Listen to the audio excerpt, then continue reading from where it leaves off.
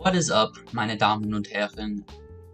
Colin here from Deutschified, and this is my very first YouTube video, so you are catching me in my infancy, and I thank you so very much for being here today.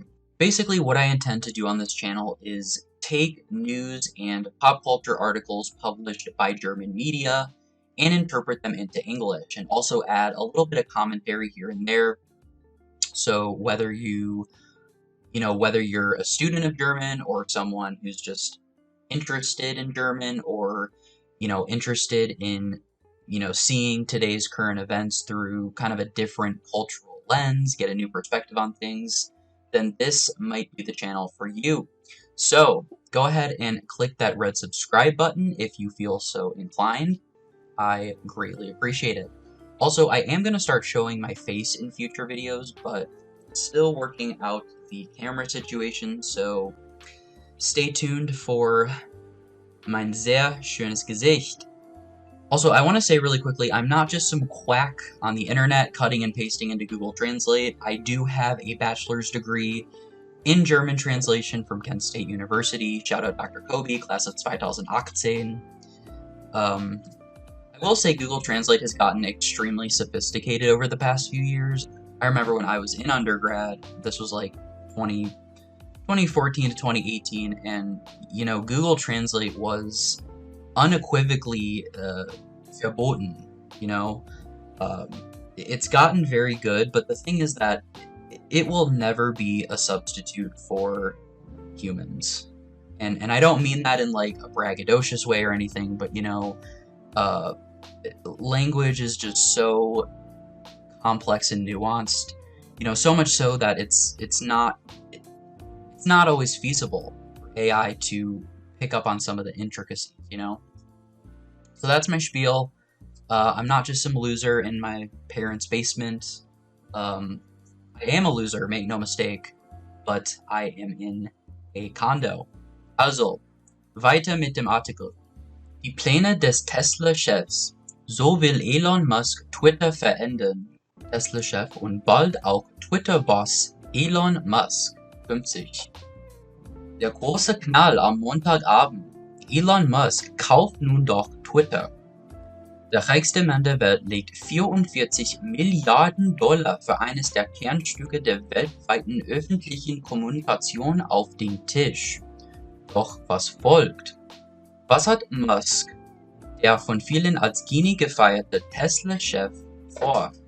So it says the plans of the Tesla CEO. Here's how Elon Musk wants to change Twitter. Now, let me just say, I don't want for this to be an overtly political channel. When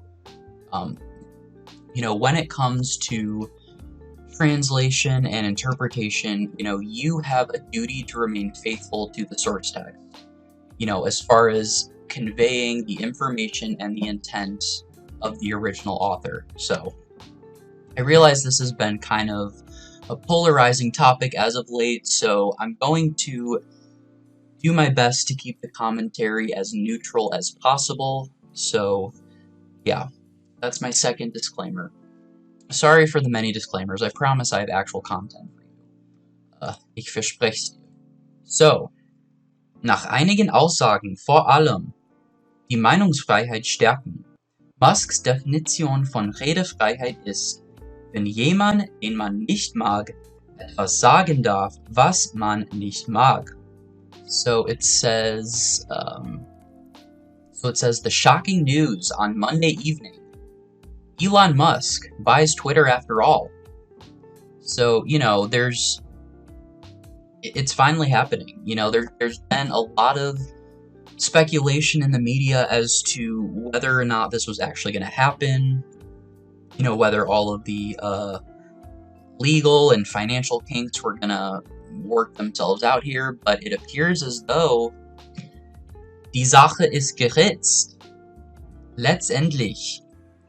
So I think this thing's going to go through. According to some, one of the reasons is to strengthen free speech or freedom of expression. Musk's definition of freedom of speech is when someone that you don't like is allowed to say something that you do not like. What exactly the 50-year-old means by that remains unknown. It remains often literally open.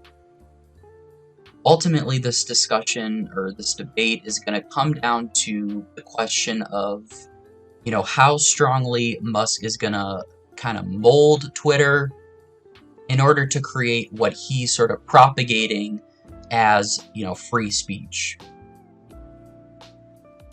I mean, it'll definitely be interesting to see kind of where everything lands in all this as far as, what the specific policies will look like or lack thereof.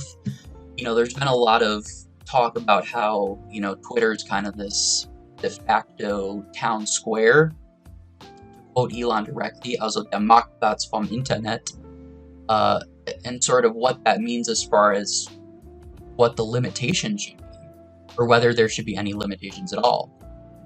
Brauchen wir überhaupt diese Einschränkungen? Okay, weiter. Heißt das dann auch, dass die Hassreden-Troller, die vom Netzwerk wegen des Verstoßes gegen Regeln verbannt wurden, zurückkehren? Darf Donald Trump dann wieder twittern? Man wird sehen.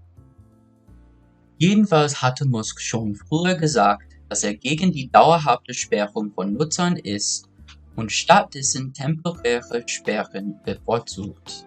It says, so does that mean that the hate speech trolls, literally, die Hassreden-Troller, the hate speech trolls who were banned from the site due to violating the rules, are they allowed to come back? Is Donald Trump allowed to start tweeting again? We shall see. In any event, early on, Musk said that he's against users being permanently banned, and that he's more in favor of temporary bans as an alternative to that.